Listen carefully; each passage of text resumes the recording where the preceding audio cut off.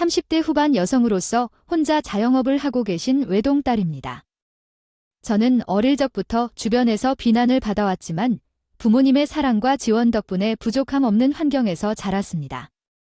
부모님께서는 위선 없이 베풀 줄 아시는 분들이어서 내외 남에게 베풀며 챙기는 것을 즐겼기에 저 또한 그런 가치관을 따랐습니다.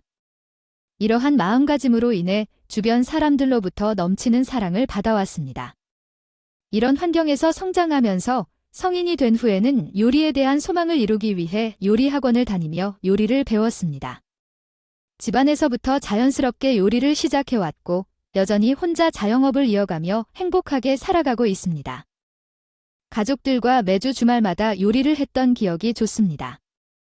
요리를 좋아했기 때문에 종종 집에 놀러온 친구들을 위해 요리를 해줄 때마다 항상 맛있다고 칭찬해 주셔서 나중에는 내가 그를 찾아가 더 많은 사람들을 내 요리로 기분 좋게 만들어주고 싶었어요. 전문적으로 요리를 배우기 시작하니 제 실력이 생각보다 좋은 것도 알게 되었습니다. 알고 보니 제가 미각이 예민한 편이었고 그렇게 제가 만든 음식이나 제가 먹고 맛있다고 했던 음식들은 다들 믿고 먹을 만큼 좋았습니다. 학교를 졸업한 후 원래 한식을 좋아했기 때문에 배웠던 것들을 정복해 퓨전 한식당을 차려서 운영했습니다. 가게를 오픈하고 손님도 많이 찾았지만 주변 사람들도 지인들을 데리고 많이 찾아왔어요. 대부분의 대학교 친구들은 요식업에서 일하는 자영업자들이었는데 그래서 친구들의 가게를 자주 찾아줬죠. 어느 날 식품회사 연구원으로 들어간 친구가 회사 동료를 데리고 놀러 왔어요. 함께 온 동료는 바로 남편이었죠. 그날은 휴무 전날이어서 마감 시간에 맞춰 놀러 왔는데 그때 우연히 가게 문이 닫혀서 같이 술 한잔하게 되었습니다. 남편은 평범한 회사원이지만 식품회사에서 일했고 공통 관심사가 있어 대화가 잘 통해서 정말 즐거웠어요. 동기와 함께한 과거 때문에 되어거리가 많았지만 회사원인 저와 자영업자인 남체 사이에서는 전혀 대화가 되지 않을 것으로 예상했었는데 오히려 동기보다는 남편과 더 많은 대화를 나누게 되어서 신기했어요. 가게는 진짜 예쁘게 꾸며놓으셨네요. 사장님의 취향으로 인테리어를 하신 거죠. 취향이 정말 멋지네요. 아까 보니까 혼자서도 프로페셔널하게 잘 운영하시고 음식도 맛있어서 손님도 많으시던데 여유로워 보이기까지 하시다니 정말 대단하시네요. 자영업이 쉬운 게 아니라 해야죠. 그래도 먹고 살려면 해야죠. 그렇게 도와주셔서 감사합니다. 부끄럽기도 하고 사실 저도 엄청 허둥지둥하는 편인데 그렇게 보이지 않으려고 노력하고 있는 거예요. 사장이라서 그런 모습을 보여주면 안 될 것 같아서 웃기죠. 그날 이후로 남편도 우리 가게의 단골이 되었어요. 알고 보니 우리는 동갑이었고 회사에서 친한 친구였기도 했고 집도 멀지 않아서 퇴근 후 약속을 가끔 우리 가게에서 잡곤 했어요. 퇴근 후 저녁 겸 반주를 하고 혼자서도 오기도 해서 가끔은 마감옥에서 술을 마셨죠. 그렇게 서로 가까워졌고 연애를 시작했어요. 남편은 연애할 때도 바빠서 자주 데이트를 하지 못하는 제 상황을 이해해 주었어요. 늘 고마웠습니다. 크게 다투지도 않고 서로를 배려하며 연애 생활을 보내다가 결국 당연하게도 결혼하게 되었어요. 사실 결혼을 준비하면서 제게 큰 고민이 있었어요. 저희 부모님은 재산이 넉넉하신 편이었지만 원래 검소하신 분들이시고 저도 원래 다른 사람들에게 집안 사정과 경제력을 자랑하거나 어필하는 편이 아니었기 때문에 남편에게도 딱히 말하지 않았어요. 처음에는 제 가게 운영 때문에 너무 바빠서 결혼까지 한다는 것에 대해 깊이 생각하지 않았었거든요. 하지만 남편이 제 생각을 마음대로 하는 듯해서 난감해졌어요. 연애할 때는 몰랐지만 결혼을 준비하려고 대화를 나누다 보니 남편은 부모님으로부터 지원을 받을 수 없어서 가게를 빚내고 운영하며 그로 인해 휴식을 충분히 취하지 못하는 생활을 하고 있다고 생각합니다. 그러나 사실은 가게를 차리는 과정을 제외하고는 지원을 받지 않았으며 그 생각이 크게 다르지 않아서 굳이 정정할 필요가 없다고 결론 내렸고 그대로 지켜오고 있습니다. 시댁은 아버님이 돌아가셨고 자녀들의 용돈으로 어머니가 생활을 이어가고 있는 상황입니다. 어머님은 혼자서 살고 싶어 하셨으며 남편이 형제 중 막내이기 때문에 지원을 받을 필요가 없고 따로 시어머니를 모시고 살 필요가 없습니다. 그렇게 우리 집에서 손을 벌리지 않고 우리 능력으로 식구를 놓쳤습니다. 살아보기로 결심했습니다. 제 가게가 그리 편한 편은 아니었지만 나름대로 입소문을 타고 예약이 되는 정도로 인기가 있었기 때문에 모아둔 돈이 꽤 있었고 남편과 합쳐 시작하기에 어렵지 않았습니다. 결혼 생활도 순조롭게 시작할 수 있었어요. 하지만 문제는 결혼 후에 발생했습니다. 연애할 때는 제가 가게 운영으로 바쁜 것을 이해했던 남편이 언제부턴가 불만을 토하기 시작했습니다. 남자 형제가 둘인데 시댁에는 며느리만 셋인데 제가 가게의 일 때문에 바빠서 시댁에 소홀하다며 불평하기 시작했어요. 처음부터 꼭 길만 걷게 한다는 건 아니었지만요. 결혼 후에 제 가게가 갑자기 바빠지기 시작했습니다. 시댁에 잘 보이고 싶은 마음은 있었지만 바빠서 가족 행사 절반은 참여하지 못했습니다. 그러던 중 남편이 저를 항상 방어해주고 식구들을 대신 찾아가며 제사장을 해주기도 했습니다. 나름대로 감사했고 최선을 다해 가족 행사에 참여하려 노력했지만 자영업을 하는 입장에서 그게 쉽지는 않았습니다. 1년, 2년이 지나자 제 노력은 더 이상 보이지 않았고 남편은 집안에서 일과 아이들을 돌보는 가족들과 저를 비교하기도 했습니다. 솔직히 말하자면 억울한 마음은 있었습니다.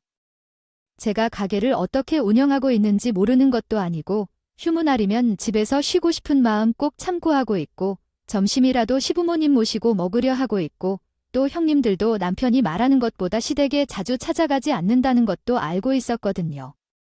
전 우리 부모님 얼굴도 자주 못 보는데 제 마음을 모르는 것 같아 서운했죠.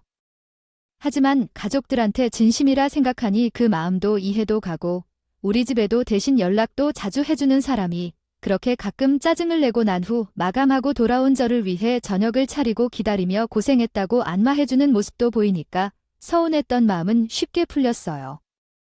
그럼에도 조금만 더 시댁에 신경 써주시면 고맙다는 말은 꼭 빼놓지 않더라고요. 남편 나름대로 평화롭게 본인의 불만을 표현하는 방법이었겠죠. 그렇게 제 가게와 관련해 불같이 싸우는 날도 늘고 또 서로를 타이르는 것에 적응해 갈 때쯤 시어머니께서 갑자기 쓰러지셨습니다. 시어머니는 평소에 문화센터도 다니시고 운동도 꾸준히 하시면서 참 건강하게 사시던 분이었어요. 본인 몸은 끔찍이 생각하신 것으로 월마다 용돈을 드릴 때 영양제나 건강식품도 꼭 함께 들려보내셨을 정도였다니까요. 그런 분이 갑자기 곧장 뇌졸중으로 쓰러지신 후 가족들이 크게 놀랐어요. 어머니가 쓰러지신 그날은 주말이었는데 저는 어김없이 가게에서 바쁜 주말을 보내고 있었습니다. 남편으로부터 연락을 받고 정말 놀랐지만 뒤에 예정된 손님들과 현재 매장에 있는 손님들 때문에 당장 나갈 수 없는 상황이었어요. 남편과의 다툼이 늘어나며 혼자 운영하던 가게에 아르바이트생과 주방 직원을 부르긴 했지만 전체적인 가게 운영은 제가 없으면 힘들었거든요. 가게를 마감하고 자정을 넘어 급하게 어머님의 병실에 찾아갔을 때 가족들은 이미 다 돌아간 것 같았고 남편만이 남아 있었어요. 다행히도 쓰러지신 후 곧바로 수술을 받아서 저녁 전부터 안정을 취하셨어요. 수술을 받고 회복 상태가 좋았습니다. 하지만 병실을 찾은 남편은 어두운 표정이었다. 병실에 도착해 어머님의 상태를 확인하고 안도의 한숨을 내쉬던 중 침대에서 잘 준비를 하고 있던 첫째 형님이 동서 어머니께 괜찮으세요? 라고 물어보면서 돌아가신다고 말씀하셨습니다. 오늘은 제가 있을 테니 일하느라 고생하셨을 텐데 마무리를 하고 오셨다는 것에 감사를 표현하며 우리 부부를 집으로 보내주셨습니다. 집으로 돌아가는 차 안에서 남편은 말을 꺼내지 않았습니다. 어머님이 쓰러지신 상황까지 전달되어 늦어져서 원망스럽다는 것을 알았습니다. 그렇게 집으로 돌아왔을 때 미안한 마음에서 아무 말도 할 수 없게 됐습니다. 같이에 있어주고 싶었는데 가게를 운영하면서 처음으로 잠시 자영업자였다는 사실에 후회가 될 정도였어요. 그때 남편은 분노에 못 이겨 침대를 박차고 일어섰죠. 처음에는 정말 너무 심하다고 생각했어요. 우리 엄마가 쓰러지셨다는 소식을 듣고 실제로 뇌졸중으로 쓰러지신 걸 알게 됐어요. 그런데 손님들 때문에 당장 올 수 없어. 아니, 당신만이라니. 그래, 주말이라. 평소보다 더 바빠질 거 알잖아. 주말에 바빠서 나도 밤늦게 잠깐 볼 수 있으니까. 근데 이번엔 상황이 다르잖아. 가족이 아프게 쓰러지면 모두 떠나 달려와야 하는 거 아니겠어요? 장모님까지 쓰러지실 때도 이러실 거라면 다 버리고 뛰쳐나가야 한다고요. 큰 일을 말했거든요. 바쁜 걸 이해해주지만 가족에게는 조금 더 신경을 써주길 바래요. 몇 번을 말해야 맞느냐 이러면서 결혼을 왜 했는지 내가 엄마 혼자 사신다고 미안하지만 좀 더 신경 써달라고 했잖아. 쓰러져도 오지 않을 거면 그냥 가족으로도 알아주지 않는다는 사람들은 시댁 사람들이야. 아니야, 아니야. 여보, 미안해. 정말 미안해. 나도 바로 와서 싶었어. 어머님께 신경을 안 쓰는 게 아니야? 시댁 식구들이 왜 가족이 아니라고 생각할까? 그런 식으로 생각해서 정말 미안해. 앞으로 진짜 더 신경 쓸게. 오늘 많이 놀랐을 텐데 옆에 못 있어줘서 미안해. 분노에 몸이 떨면서 쌓인 서러움을 이야기하는 남편에게 그날 밤엔 미안하다는 말밖에 할 수 없었어요. 옆에 있어 주기를 바랬던 사람이 쟤였을 것을 아니 정말 미안하고요. 죄인이 된 기분이었어요. 그날 이후 이대로는 안 된다고 생각했습니다.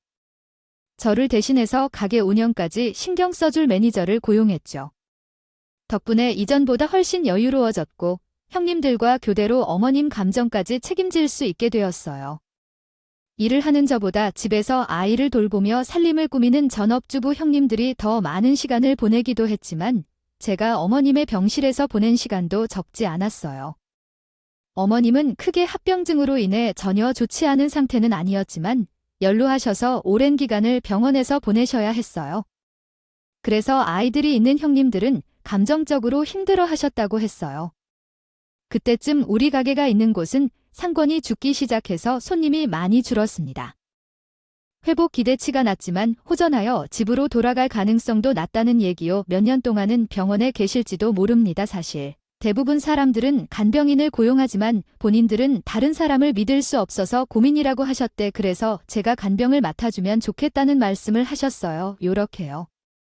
어머님은 어려운 선택을 하셔야 하는 상황인 것 같아요. 특히 아이들이 있으시니까요. 남편과 상황에 대해 이야기할 필요가 있어요. 어머님에게 그 사람을 신뢰할 수 있는지에 대한 걱정이 있으니 고민을 함께 해결할 수 있는 방법을 찾아보셔야 해요. 함께 이야기하고 해결책을 찾아보는 게 좋을 것 같아요. 어떨지 모르겠어서 물어본 건데 한 번은 고민해봤으면 좋겠다고 마무리했어요. 그날 가족 식사는 끝났고 집에 돌아와서 남편에게 도대체 이런 얘기가 나올 줄은 몰랐는데 내게 상의해줄 수 있는 게 아닌가 라고 물었어요. 갑작스럽게 들은 말에 당황스러웠죠. 그러자 남편은 갑작스럽게 미안하다며 우리도 정말 간절해서 어쩔 수 없다고 말했어요. 최근 가게 수입도 줄어들어서 직원들 월급과 비용이 많이 나가면서 거의 수입이 줄어들었냐고 해서 이러다가는 일도 별로 없어질지도 몰라서 걱정인데 이러다가 손해가 날 것 같으면 그만두고 어머니 간병해주면 안 되겠느냐고 물어보았더군요. 전 그래도 이건 내가 결정해야 하는 일이며 내가 정하는 것인데 왜 남이 결정하고 가게를 쫓는 건지요. 갑자기 간병을 혼자 하지 않아도 된다고 답했죠. 애초에 제가 가게를 운영하기 시작했던 것은 돈보다는 제가 행복해졌기 때문입니다. 그러자 남편은 불같이 화를 내며 매일 일에 있고 고생만 하다가 마이너스 적잖아. 매일 편안하게 병원에서 어머님을 돌본다면 150씩 받을 때 가족에게나 저에게나 더 보탬이 될 텐데 그렇게 계산이 안 된다고 하네요. 가게를 그대로 이어간다면 적자가 발생하고 그 적자는 본인 월급으로 메꿔야 할 것입니다. 망설였냐며 당장 접으라고 호통을 친 후 이혼을 제안한 남편의 충격적인 발언을 듣고 저는 그날 생각이 많아졌습니다. 그러던 중 가게에서 정말 큰 적자를 보며 남편의 말을 받아들이게 되었습니다. 그로 인해 꿈이었던 가게를 포기하고 어머님의 간병인으로 일하게 되었는데 기약 없는 병원 간호는 어둡고 힘든 시간들이었습니다. 어머님은 친절한 분은 아니었지만 너무 못하신 분도 아니셨고 제가 돈을 벌지 않고 본인 아들들이 준 돈으로 살게 되는 것을 알게 되자 무엇이 그리 힘들었을까 하는 생각이 들었습니다. 당신이 불편해하시는 이유가 뭔지 모르겠지만 그럼에도 불구하고 제가 살게 굴기 시작했다면 이내 주변에 있는 많은 분들도 그렇게 행동할지 모르겠다고 생각해요. 자기 자신의 아들들에게만 돈을 받으며 살아가는 직업주부들도 비슷한 상황일 수 있습니다. 저는 어머님을 돌보는 일을 하면서 월급을 받으면서 힘든 상황에도 불구하고 열심히 살아가고자 하는데도 형님들은 제가 쉬어 앉는 것을 못마땅해 하며 저를 힘들게 하려고 하시더군요. 어머님 차별에 대해 남편에게 얘기했지만 남편은 어머님이 아프시다고 여겼기 때문에 그런 행동을 하는 것이라고 했어요. 이해만을 강요했어요. 그렇게 2년을 보내다 보니 제 생활은 사라져버렸고 늘 병실에만 붙어 있어서 주변 사람들을 만나지 못해 인간관계도 거의 끊어진 상태였습니다. 그렇게 매일 병원에 가고 집에 오면서 집안일과 간병만 하다 보니 점점 우울해졌어요. 그때에는 항상 무기력했고요. 남편은 어머님을 돌봐주는 일만 하게 되는 저의 무기력함에는 만족스러워 보일 수도 있겠지만 말소도 줄고 무기력해진 제 덕분에 부부 사이는 점점 멀어져 망가졌습니다. 그렇게 2년을 보낸 후에 명절이라고 가족들이 오랜만에 어머님의 병실로 모이게 된 날이었어요. 오랜만에 보는 손주와 아들과 함께 며남들의 얼굴에 어머님은 기분이 참 좋아 보이셨어요. 남편이 예약해둔 근처 한식당에서 오랜만에 가족들이 모여 식사도 하고 이야기도 나눴습니다.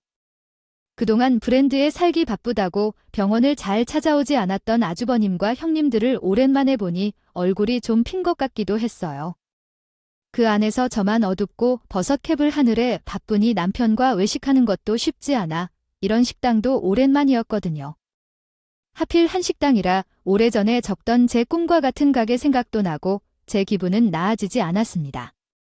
저만 말없이 깨작거리고 나머지 가족들은 그동안에 쌓았던 근황을 풀며 수다 삼매경이 되어 있더군요. 남편도 형들과 이야기하며 즐거워 보였어요. 그러다가 제 뒤통수를 강타하는 어떤 이야기가 시작되었습니다. 형님, 저번에 갔던 필드야. 우리 공치면서 잔디가 안 좋은 것 같다 했잖아요. 알고 보니 그날 잔디 상태가 안 좋았더라고. 내 친구가 거기 사장이라 친했었지요. 글쎄, 친구랑 술 마시면서 알게 됐는데 그때쯤에 제주도에 다른 사업장을 내기로 했다고. 원래 있던 곳에 인력을 다 쏟아부어서 잔디 관리가 소홀했다고 해요. 그 이야기를 듣고 친구에게 말했더니 너무했다고 해서 친구가 우리에게 제주도 필드 이용권을 주었어요. 우리 다음 달에 거기 가요? 겸사겸사 제주도 가족 여행을 가야겠어요. 정말 그때 나와 함께 다녀왔던 친구 덕분에 저렴하게 갔잖아요. 제주도 너무 좋지. 시간에 맞춰 이번에는 아이들도 데리고 다녀오면 좋겠어요. 그런데 동서는 서방님의 실력도 엄청 늘었어요.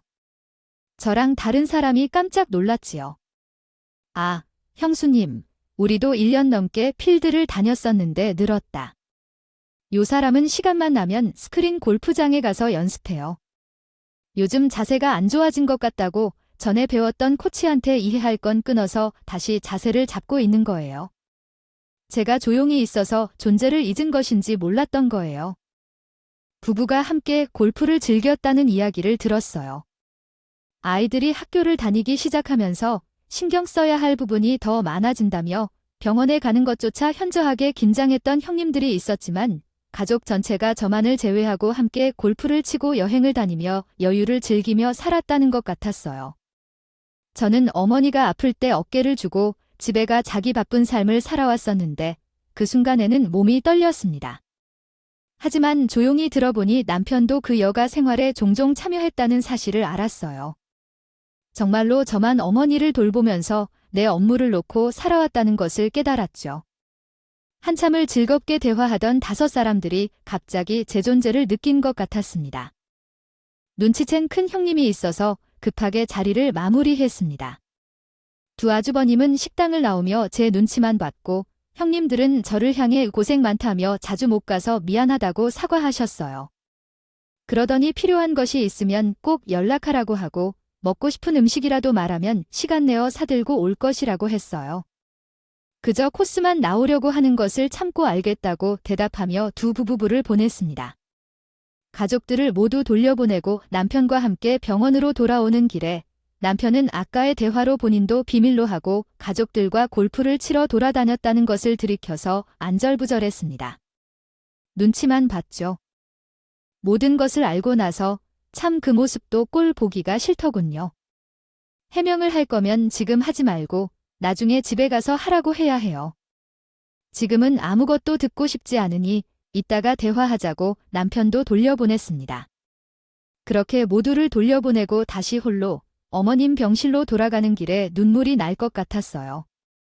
서러운 마음도 있었고 분하고 화가 나는 마음도 있었죠. 하지만 지금 당장 해결할 수 있는 감정은 없었으니 할 일부터 해야겠다 생각할 뿐이었습니다. 그렇게 돌아온 병실에서 기다리고 있던 건 2년 내내 그러듯이 제게 불만만 토로하는 시어머니였어요. 아까 큰아주버님이 데리고 오랜만에예요.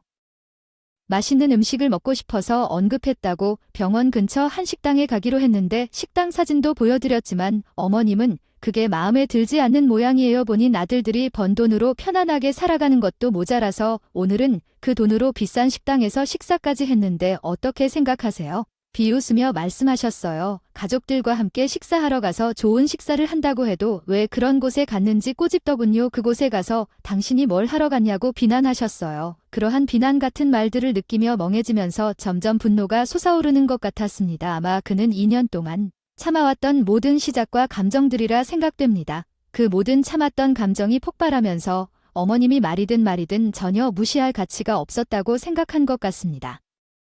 뒤로 돌아 병실을 박차고 나왔어요.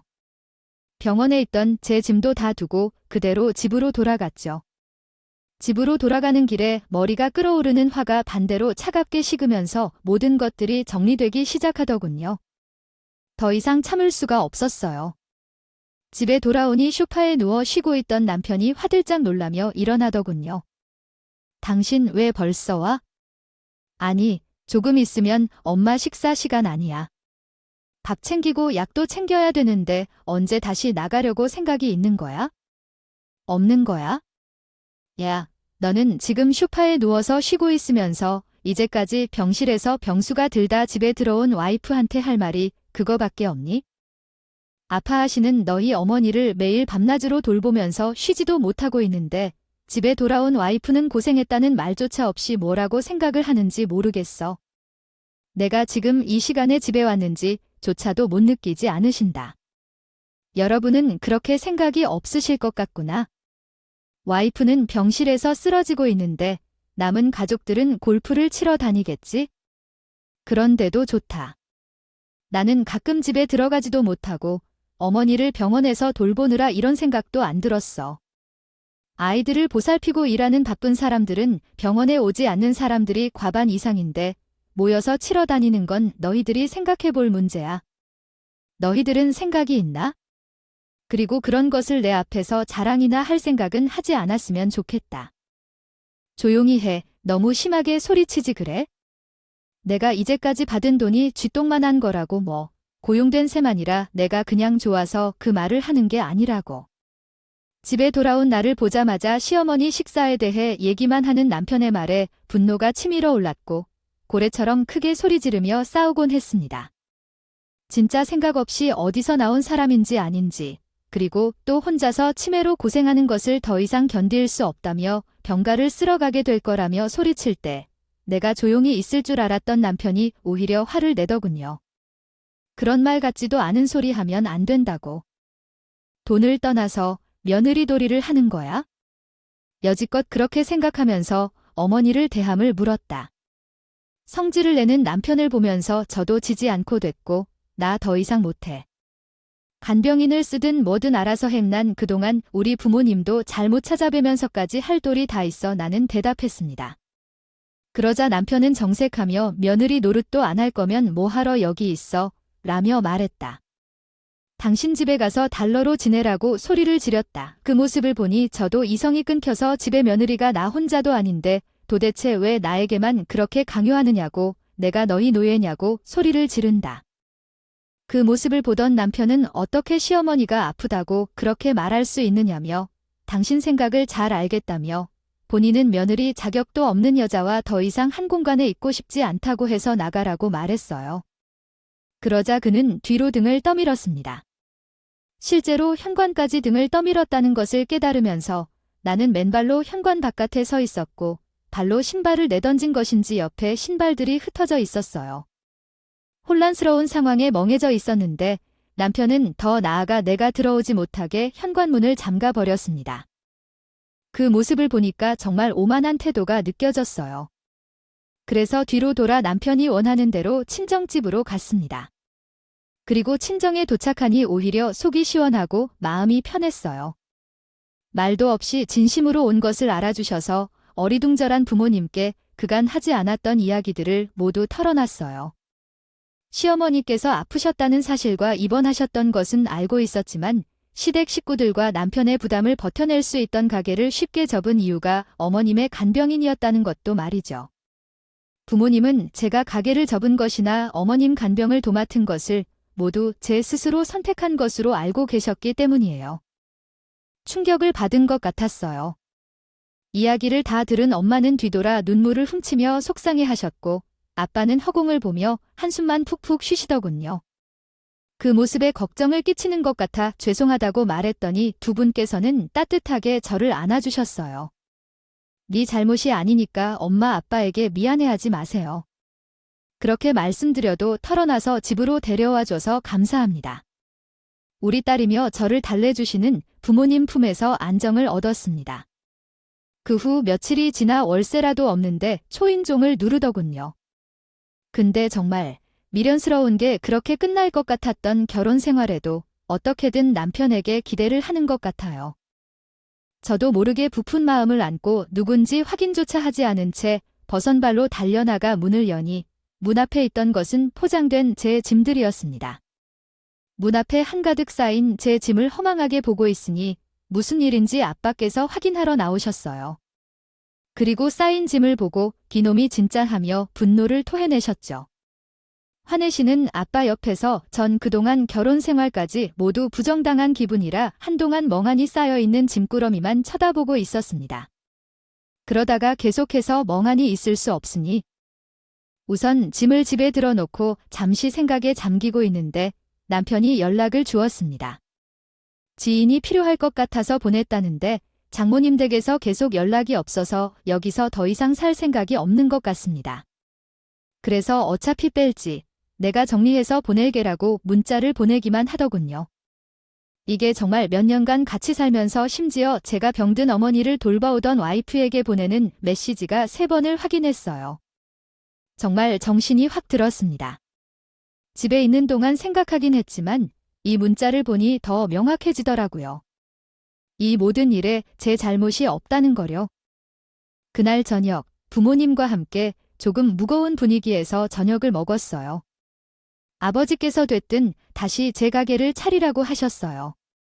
계속 하고 싶었다며 너희 시어머니 일만 아니라 그 사람들만 아니었으면 매출이 줄어도 버텨낼 수 있지 않았을까 싶었어요. 우린 너무 쉽게 포기하는 애로 한국인으로서 할언어는 원래 잘 견디고 있었는데 결국 다시 해내네요. 그래서 너 하고 싶던 가게 다시 해. 아버지가 다시 차려줄 테니까. 아버지가 속상하고 미안해서 안 되겠어서 그래. 나대란 딸이 힘든 시간을 보내면서 점점 어두워진 것도 눈치 못했고 힘도 못 줬어. 항상 행복하게 살았으면 해서. 애지중지로 키웠지만 그러한 삶을 살 수 없다는 것이 마음이 너무 아프네요. 그래서 이제라도 다시 너가 좋아하는 요리하고 내가 하고 싶은 대로 살아. 아빠가 뒤에서 도와줄 테니까. 죄송해요. 우리가 잘 사는 모습만 보여드리고 싶었는데. 하지만 나는 다시 일어날 수 있어요. 힘내서 다시 열심히 살고 효도할 거예요. 요즘 정말 내 편이 아무도 없는 것 같아서 힘들었지만 나는 엄마, 아빠만큼 나를 든든하게 지켜주는 사람이 있다는 걸 어떻게 잊었나 싶어요. 아빠는 곧바로 본인들이 가지고 있던 땅 중에서 가장 좋은 땅을 제 가계 부지로 정하셨어요. 따라서 어차피 외동 때려도 유산은 다 같다는 것을 그에 대해서 훈계하며 계속해왔습니다. 이렇게 된 만큼 이제부터 땅을 물려받게 돼서 감사한 마음입니다. 땅을 넘겨주셔서 감사합니다. 월세도 제가 받는 명목이 되어 원래 있던 건물 중 가장 위치가 좋은 것을 가게로 선택하고 인테리어를 제 취향에 맞게 진행했습니다. 이전 가게의 경험으로 공사가 빠르게 진행되었고 아버지가 가게를 서둘러 준비하셔서 저도 바쁘게 되었습니다. 그래서 가족들과 남편의 일을 잊고 공사에만 전념했습니다. 공사가 빨리 진행됨에 따라 조급해지는 마음도 있었습니다. 밤낮이 없이 메뉴를 연구하다 오랜만에 요리에 열정이 불타오르더니 집을 나온 지 석 달이 넘었을 것 같습니다. 그런데 갑자기 남편이 친정집을 찾아왔습니다.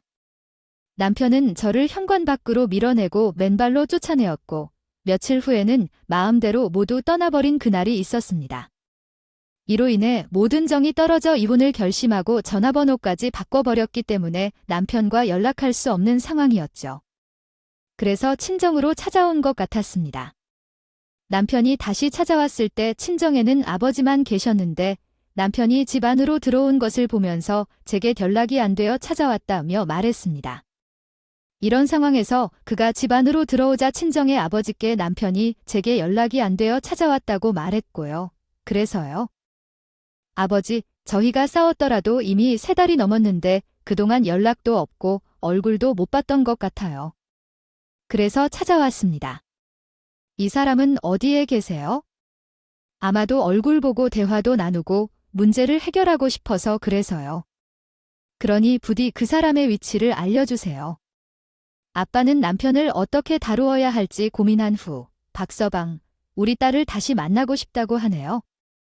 집은 좀 늦게 들어올 것 같고 지금은 밖에 있는데 위치를 알려주세요. 부디 딸을 만나게 해주세요.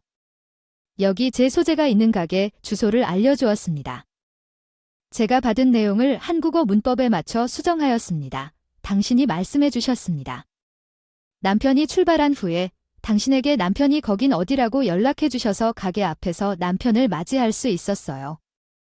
가게 앞에 도착한 남편은 차에서 내려서 인사를 하고 잠시 미소를 띄우며 걸어왔지만 뒤편의 가게를 보고 놀란 듯한 표정을 지었습니다.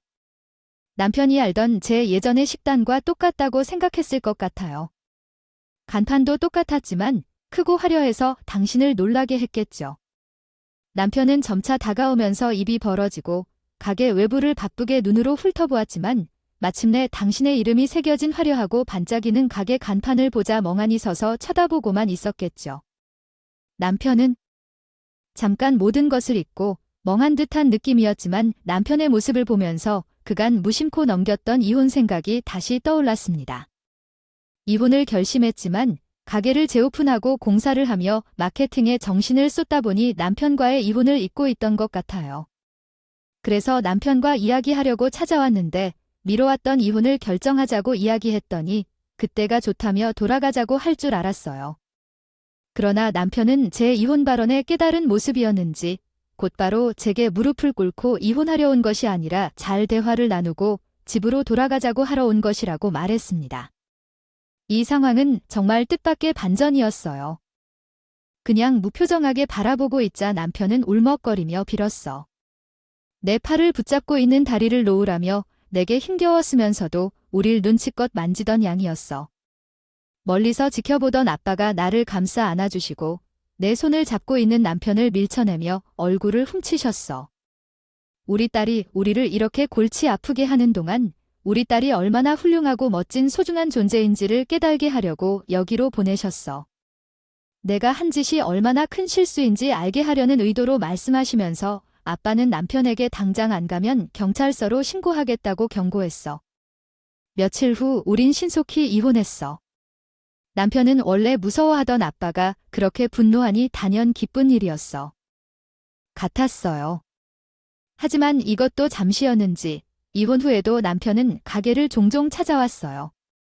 마치 예전에 제가 일했던 가게에서 고객으로서 시작했던 때처럼 단골 손님인 척을 했어요. 제가 눈길을 주지 않자 다음에는 가족들을 데려와 저와 가까운 테이블을 지나가며 붙잡고 모두 미안하고 용서를 구하더군요. 그리고 엄마 상태가 안 좋아져서 병원비가 엄청난데 그래서 요즘 형제들의 가게도 어려워져서 구멍든 가게 수준이 되었느냐 하며 진정성 있는 말도 없었어요. 더는 그냥 방치할 수 없다는 생각에 경찰을 부르며 영업방해로 대응하게 되었어요. 다음에 다시 찾아와도 누가 관용 없이 받을 선처는 주지 않을 거예요. 합의금을 받겠다는 말을 계속해서 하며 그 이후에는 더 이상 저희 가게에 찾아오지 않겠다고 약속했답니다. 하지만 연락처가 바뀌어서 무슨 생각인지 알 수 없게 되자 연락이 오기 시작했어요. 매일 술을 마시고 남편에게 전화를 걸며 울고 자신이 잘못했다며 돌아오라고 요구하기도 했어요. 그런데 왜 장모님과 장인어른이 그 정도의 재력이 있는 사람들이라는 사실을 언급하지 않았냐는 이유로 가끔 화를 내기도 했죠. 저희가 진정으로 말한 대로 자신의 한계를 보여줬기 때문에 후회와 아쉬움이 없었고 결국 통신사에 가서 남편의 번호를 완벽하게 차단하고 연락처를 삭제해버려서 현재는 시댁과 아무런 연락이 없이 완벽히 타인이 되었습니다. 시댁과의 열소중한 관계를 끊고 새로운 삶을 찾았을 때 예전의 상실한 인격도 다시 찾을 수 있었고 그것이 좋은 변화였습니다. 현재는 제 주변에 감사한 사람들을 위해 내 삶을 주체적으로 살면서 모두에게 감사의 마음을 전하려 노력하고 있습니다. 감사한 내 삶을 다시 찾아오며 매일 행복을 느끼며 살아가고 있기에 아마 예전의 결혼 생활로 돌아갈 필요는 없을 것 같습니다. 이야기를 들어주셔서 감사합니다. 오늘도 저희 채널을 방문해 주셔서 감사드립니다. 더 좋은 이야기로 찾아뵙겠습니다.